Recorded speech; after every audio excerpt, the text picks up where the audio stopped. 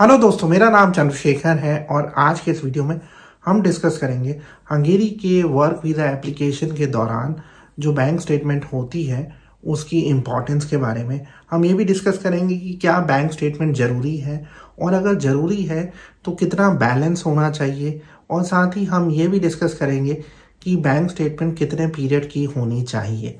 इससे पहले कि हम आगे बढ़े, मैं आपसे रिक्वेस्ट करूंगा कि आप हमारे YouTube चैनल को सब्सक्राइब कर लीजिए, क्योंकि मेरा पर्पज़ है आपको 100% जेन्युइन इन्फॉर्मेशन देना। तो दोस्तों, मैं हंगेरी के वर्क वीज़ाज़ पे बहुत सारे वीडियोस बना चुका हूँ और हम हंगेरी में बहुत सारी कंपनीज और बहुत सारे रिक्रूटर्स और बहुत सारे लॉयर्स के साथ काम करते हैं।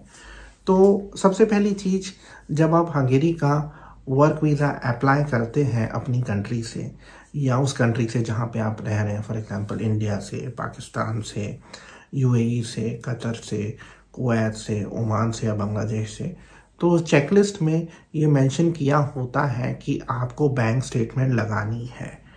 तो मैं रिकमेंड करूँगा कि आपके पास बैंक स्टेटमेंट होनी चाहिए, क्योंकि अगर आप बैंक स्टेटमेंट नहीं लगाते हैं तो वो भी एक रिफ्यूज़ल का रीज़न बन सकता है।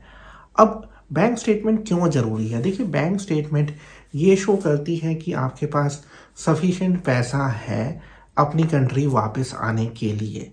दूसरा, अगर बाय चांस आपके मतलब वहाँ पे स्टे के दौरान एक ऐसा पीरियड आता है जब आप अनएम्प्लॉयड होते हैं, तो क्या आप अपने लिविंग एक्सपेंसेस को उस ट्रांजिशन पीरियड के दौरान कवर कर सकते हैं।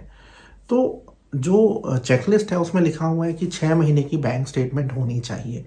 अब ऑफिशियली ये कहीं पे भी मेंशन नहीं है कि कितना बैलेंस होना चाहिए, लेकिन मैं रिकमेंड करूँगा कि आपके पास कम से कम 3000 यूरो के इक्विवेलेंट आपके अकाउंट में होना चाहिए। अब एक और चीज़ मैं रिकमेंड करूँगा कि आप उसे 30 डेज तक अपने अकाउंट में रहने दें, और आप बेसिकली अपनी जो बैंक स्टेटमेंट है वो तकरीबन 1 हफ्ते या 2-3 दिन पहले निकाल सकते हैं अपने वीज़ा इंटरव्यू या वीज़ा एप्लीकेशन सबमिशन से पहले। मैं एक बार रिपीट कर देता हूँ, ऑफिशियल फिगर नहीं है, लेकिन मैं 3000 यूरो रिकमेंड कर रहा हूँ। उसके बराबर आपकी जो लोकल करेंसी है वो आप अपने बैंक में मतलब दिखा सकते हैं। और बैंक स्टेटमेंट ज़रूरी है। अगर आप सोचें सिर्फ बैंक बैलेंस का सर्टिफिकेट दिखा दें, वो चीज़ नहीं चलेगी, क्योंकि क्या है, देखिए क्या चीज़ होती है, जो वीज़ा ऑफिशियल्स होते हैं वो बहुत ब्यूरोक्रेटिक होते हैं और बहुत स्ट्रिक्ट होते हैं रेगुलेशंस के बारे में। हाँ, बहुत सारी चीज़ें उनके हाथ में होती हैं ना, उनकी मर्जी है कि वो आपको वीज़ा बिना बैंक स्टेटमेंट के भी दे सकते हैं, या अगर बैलेंस कम हो तो भी दे सकते हैं, लेकिन आप ना वीज़ा प्रोसेस में रिस्क नहीं ले सकते हैं। तो मैं रिकमेंड करूँगा कि 3000 यूरो के बराबर कम से कम होना चाहिए। और जब आप अपना हंगेरी का वीज़ा का प्रोसेस शुरू करते हैं किसी एजेंट के थ्रू या कंसल्टेंट के थ्रू या एजेंसी के थ्रू, उसी दिन से आप अपने बैंक बैलेंस को मेंटेन करना शुरू कर दीजिए। एक और चीज़ ये है कि जो आपका बैंक बैलेंस है वो ये भी डेमोन्स्ट्रेट करता है कि आपकी अपनी कंट्री के साथ स्ट्रॉन्ग टाइज है और आप वापस आएंगे, क्योंकि ये जो वर्क वीज़ा आपको मिल रहा है ये टेम्परेरी है, मतलब ये वहाँ पे बसने के लिए नहीं है। तो बैंक स्टेटमेंट क्यों ज़रूरी है मैं आपको बता देता हूँ। पहला, ये डेमोन्स्ट्रेट करने के लिए कि आपका जब वहाँ पे प्रोजेक्ट ख़त्म हो जाएगा या काम ख़त्म हो जाएगा तो आपके पास वापस आने के लिए पैसे हैं।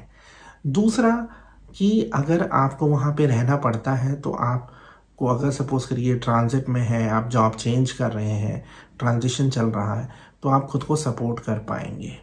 तीसरी चीज़ ये है कि आपकी कंट्री के साथ स्ट्रॉन्ग टाइज हैं और आप फिनेंशियली ठीक हैं अपनी कंट्री में और आप वापस आएंगे। तो ये रीज़न्स हैं बैंक स्टेटमेंट की ज़रूरत के लिए। तो इसको इग्नोर ना करें, क्योंकि मैंने ऐसे रीज़न्स देखे हैं रिफ्यूज़ल में।